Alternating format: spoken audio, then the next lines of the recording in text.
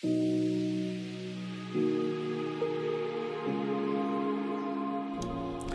on circule à vélo, nous devons respecter une réglementation en matière d'éclairage que je vous liste sur le côté.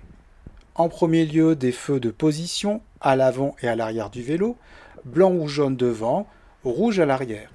Depuis 2016, le feu arrière peut également être clignotant. Les réflecteurs sur les roues, le cadre avant et arrière et sur les pédales sont là aussi obligatoires. Depuis 2020, ils peuvent être adhésifs et donc faciliter leur installation sur n'importe quel vélo. À côté de cela, il n'est pas interdit de s'équiper avec d'autres équipements lumineux qui permettent d'améliorer votre visibilité et qui peuvent venir en complément, en particulier les Monkey Light. Conçus par Monkey Electrics, ils existent en plusieurs versions, le M232 que nous avons sous les yeux, mais aussi le A15, simple couleur, le M204 multicolore et le M210 également à motif. Tous ces dispositifs adoptent le même principe, une illumination de la roue plus ou moins large selon les versions et l'utilisation d'un effet stroboscopique qui va permettre de fixer un certain nombre de dessins sur la rétine. Le M232 comprend 30 de LED multicolores et propose 40 de thèmes graphiques qui vont s'afficher pendant la rotation de la roue. Avant de parler des bénéfices de ce produit, nous allons déjà le déballer et voir ce qui est fourni dans l'emballage. On y retrouve l'ensemble des éléments qui sont nécessaires à son installation sur la roue, ainsi que l'ensemble des explications, à la fois pour l'installer, mais également pour l'utiliser dans la notice d'installation.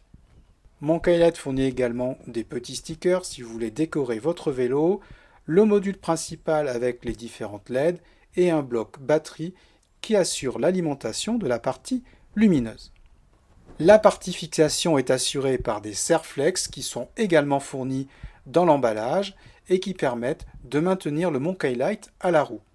Attention toutefois, si votre roue comprend une dynamo intégrée au moyeu, il vous faudra de plus grands serre-flex qui ne sont pas fournis ou combiner deux serre-flex pour pouvoir le solidariser avec la roue. Dans cette version, l'alimentation s'effectue avec un bloc qui comprend 3 piles. Je vous conseille d'utiliser des piles rechargeables pour limiter le coût d'utilisation ainsi que la production de déchets. Ce bloc se fixe sur le moyeu de la roue et est relié au module principal à l'aide d'un câble dont le sens de connexion est bien signalé. Sur le module principal, on va retrouver 3 boutons qui permettent d'accéder aux différentes fonctionnalités. Le premier, de couleur rouge, permet l'allumage et les deux autres d'assurer le choix des combinaisons entre les thèmes et les couleurs. Aussi efficace que le Monkey Light soit, il ne se substitue pas aux équipements obligatoires sur le vélo que j'ai évoqués en début de vidéo. Il ne remplace ni le feu avant ni le feu arrière. En termes de sécurité, vous obtenez cependant une plus grande visibilité des usagers grâce à la projection de halos de lumière au sol et le dégagement d'une véritable surface de lumière latéralement qui attire l'œil sans être ébloui.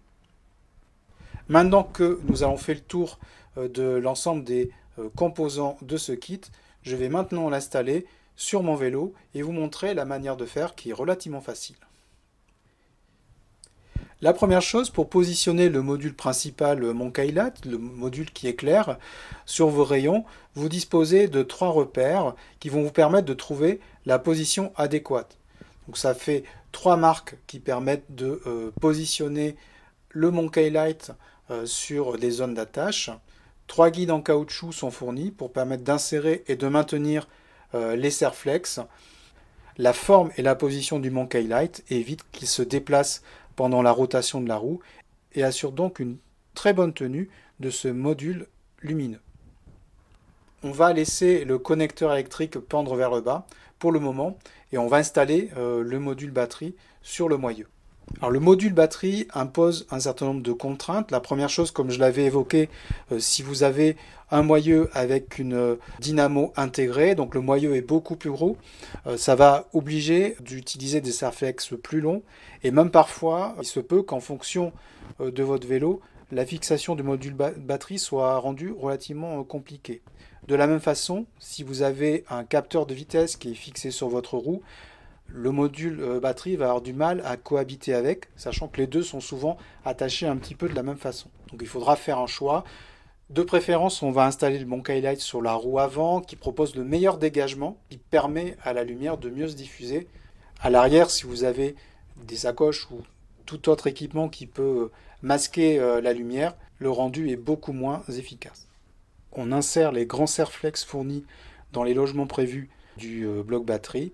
Puis ensuite, on va aller solidariser l'ensemble à la roue en prenant soin de ne pas croiser les serre-flex.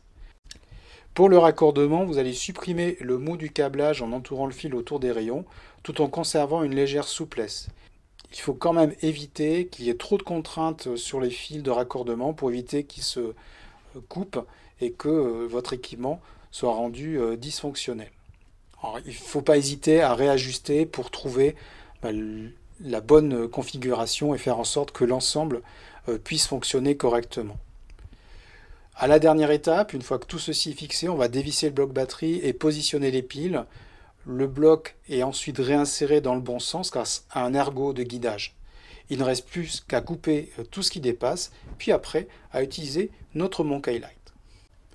Avant de partir sur la route, n'hésitez pas à faire un petit test relativement simple. On appuie sur le bouton rouge d'allumage, le Monkey Light s'allume avec le dernier thème sélectionné ou le premier de la liste si c'est la première fois que vous l'utilisez.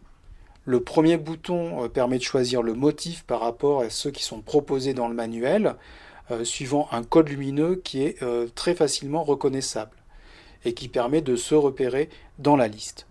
Le troisième bouton permet de choisir le thème de couleur et au bout de 3 secondes, le Monkey Light s'active, le stroboscope se met en fonctionnement et vous êtes prêt à partir rouler sur la route avec votre motif choisi qui va illuminer votre roue.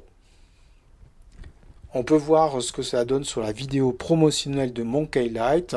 C'est pas toujours évident de filmer soi-même sa roue. Moi, je vérifie souvent en passant devant des vitrines pour voir ce que ça présente, si ça fonctionne bien. Il y a quand même une limitation qu'il faut noter, c'est que en fonction de la taille de votre roue et de votre vitesse, votre roue ne va pas être toujours couverte intégralement par le motif. En pratique, sur l'ensemble des démos qui sont effectuées par Monkey Light, la plupart du temps, 2 Monkey Light sont installés pour pouvoir obtenir des roues entièrement remplies. Dans mes tests, ce n'est qu'à partir de 37 km/h que sur un vélo dont les roues sont d'une taille de 28 pouces, le motif remplit intégralement la roue.